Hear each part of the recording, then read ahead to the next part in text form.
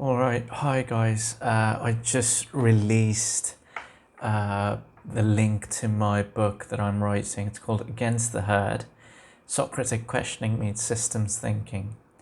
So this book is basically about how society outcasts anyone who doesn't think in the box that society prescribes for us to think in. Like, any outside of the box thinking is usually flagged as completely deranged. I mean, obviously they don't say it out loud, but there's a certain sentiment that follows where you're either labelled as being too weird or dangerous to, and dangerous to whom really? Well, dangerous to the groupthink, dangerous to the existing set of ideas that society is based on. So in the first chapter, I sort of go over this thing called pluralistic ignorance. This was a term coined by Adam Grant, which was made popular by Tim Urban on his Twitter feed. And he had like these really good sort of pictorial representations of representing, different brains with different colors, and that everyone is thinking like there's a real diversity of viewpoints, and there are a lot of color. There's a lot of representation in terms of different colors, like different people thinking different things. But what he sort of emphasized was that the problem is that we can't see what people are thinking, so we can't see what color their brain is. We can only see what they speak. And it turns out that most people so I'll just tell you what he said exactly about this. I'm quoting from one of his tweets. But now imagine that the people who believe the orange viewpoint start saying that anyone who disagrees with orange is a bad person. No one wants to seem like a bad person, so everyone starts pretending they agree with the orange opinion, even though they don't. So there's this like collective sabotage of identities going on just to fit in with the dominant opinion. And so every brain then seems orange in color because they're all saying the same thing, even though they're not thinking it. And so that, and anytime someone is bold and brave enough to speak out their mind, they get labeled as an extremist. Now, an extremism of the form of violence and all of those stuff, that's completely different. I'm talking about just normal, everyday, differing viewpoints which are not shared by, in common public opinion. So I'm not talking, I have to put that disclaimer out quite, emphatically, that I'm not talking about violence or anything that's inhumane. I'm talking about perfectly normal things, like, for example, there was this thing going on with disliking pineapple on pizza, and then everyone who liked pineapple, eating pizzas with pineapples got labeled as a psychopath or something of that sort. And that leads, so in the first chapter ends with a discussion on the fact that society at any given point in time is not actually a fixed set of people. It's like a cardboard cutting, but not of people, of ideas.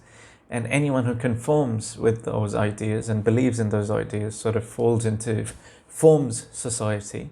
And anyone who doesn't falls outside of it and is, by extension, outcasted.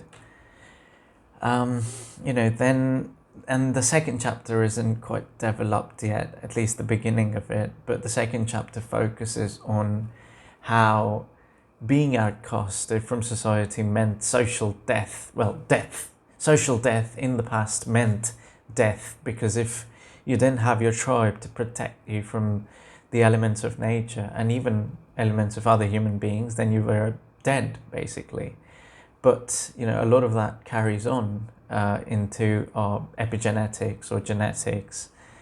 Now, the point is that because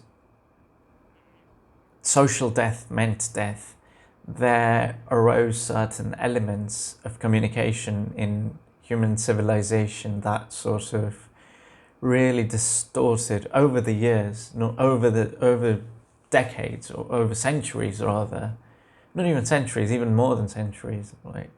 That centuries are way shorter period of time. I'm talking about evolutionary timescales. So these elements were that of gossip, right? Gossip was used to sort of weed out anyone who wasn't helpful to society. You know, they'd whisper into each other's ears that, oh, okay, this person needs to be isolated because he or she is up to no good.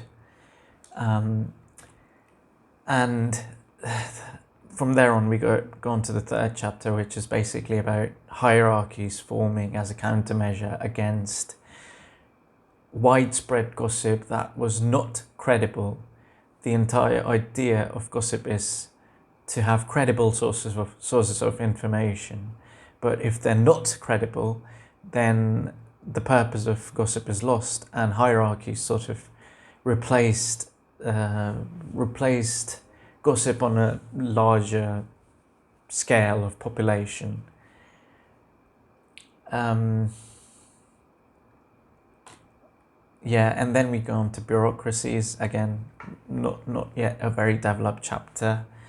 Bureaucracies is all about. So this is I'm gonna read like a direct quote from David Graeber's book, The Utopia of Rules. It says that all bureaucracies do this insofar as they set demands they insist are reasonable, and then on discovering that they are not reasonable, in parenthesis, since a significant number of people will always be unable to perform as expected, parenthesis close, conclude that the problem is not with the demands themselves, but with the individual inadequacy of each particular human being who fails to live up to them.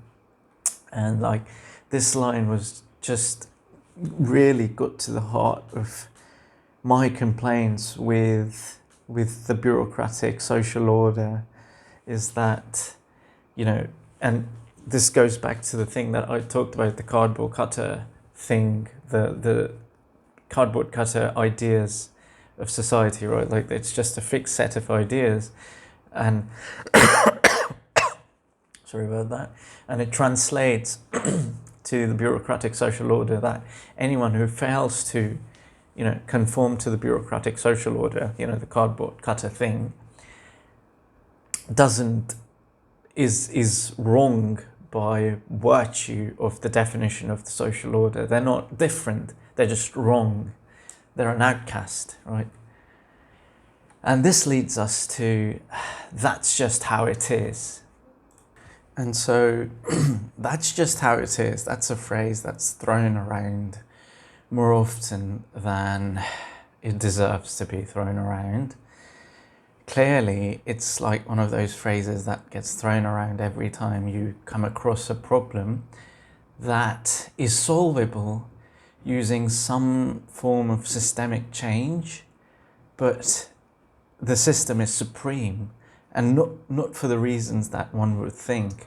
System isn't supreme because there's anything virtuous, inherently virtuous about it. The system is supreme because anyone who tries to change it ends up bearing more pain than they